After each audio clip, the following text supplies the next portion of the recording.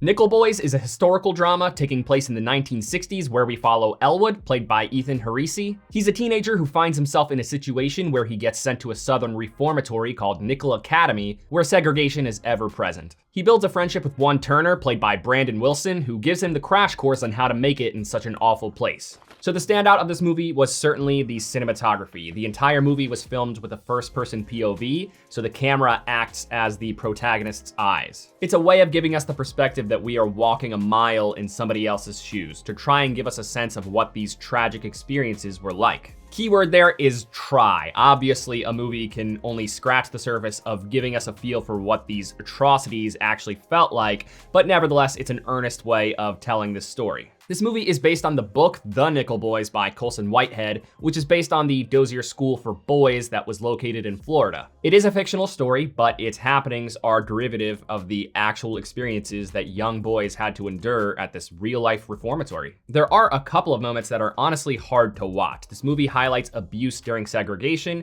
especially towards minors, so bear that in mind. They're not gross depictions though. The most brutal aspects of the Nickel Academy experience happen off-screen, or they are cushioned by being exclusively audio. Beyond the school, the movie digs into the impact that discrimination had on the everyday lives of minorities during segregation, including the ways that education and history were tailored toward a regressive narrative, and the blatant discrimination that existed in every avenue of American life, both literally and figuratively. It takes place during the civil rights movement, so Martin Luther King is, of course, a beacon of hope for our characters. And that has more than one layer to it. His work is a point of hope and inspiration for us to experience with our characters. But it's also a little bit dark when you consider the fact that they admire his work and his impact, not yet knowing what would eventually happen to him. The movie has a bit of an unfocused narrative because it's very much a character-driven experience. So rather than being about action or twists, the movie is carried by the emotional journey of our characters. This is totally my kind of movie, but this is certainly where it will lose a lot of the big spectacle film fans because it's focused on fleshing out wholesome characters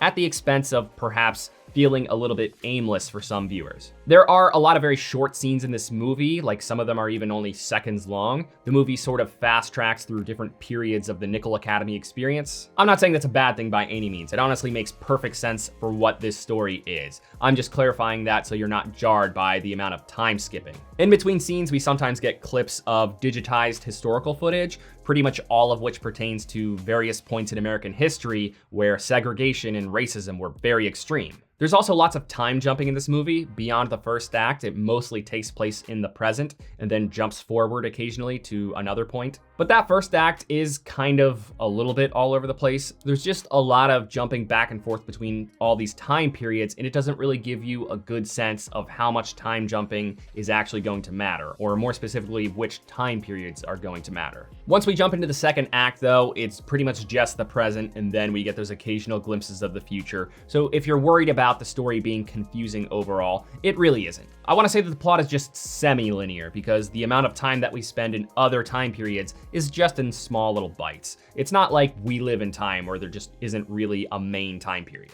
So I really love the whole idea of giving us a POV perspective of this story. It just makes some scenes hit differently, especially one really tense scene that just left my jaw on the floor. I can't help but think that there could have been more high tension scenes like that though. For a movie where we see everything through our protagonist's eyes, I just can't help but think that I could have felt more of his pain. Don't get me wrong, the overall Nickel Academy experience is no summer camp, but there are a lot of scenes where it's either just Turner and Elwood talking or they're just doing labor. And I'm not saying that the labor that they are being forced to do isn't a totally awful thing. I'm just saying that that first scene, that first really tense scene being planted kind of early-ish, kind of made everything that followed it feel like a big step down in intensity. Still a great movie though, with the movie's value hinging on an overall experience. It's not really something that you want to just play in the background and inattentively take in. So if you plan on streaming it, give it your full attention. Don't doom scroll and don't just cook with it playing in the other room. This is not a Venom movie. It's something that you'll actually want to pay full attention to and be absorbed by. I almost want to call it this year's zone of interest, in that it's this year's historical Oscar contender that is less event-focused and more so serves as a glimpse of a dark part of history. Except it's really the exact opposite of the zone of interest. Rather than us watching from the perspective of the evildoers, we are watching from the perspective of the people who had the evil done upon them. It's a movie you won't want to miss. It is very good. So if you are wondering if its Best Picture nomination has any merit to it, don't worry, this is not another Emilia Perez. This one is actually pretty good. But if nonlinear plots tend to confuse you, or if you're just not really a big fan of fictional historical dramas, then this might not be the one you're looking for. Thanks for watching this review. If it brought you any value at all, please give it a like. It really does help the channel grow, and it helps motivate me to keep making videos. I'll see you later this week, though, with my review of Captain America: Brave New World.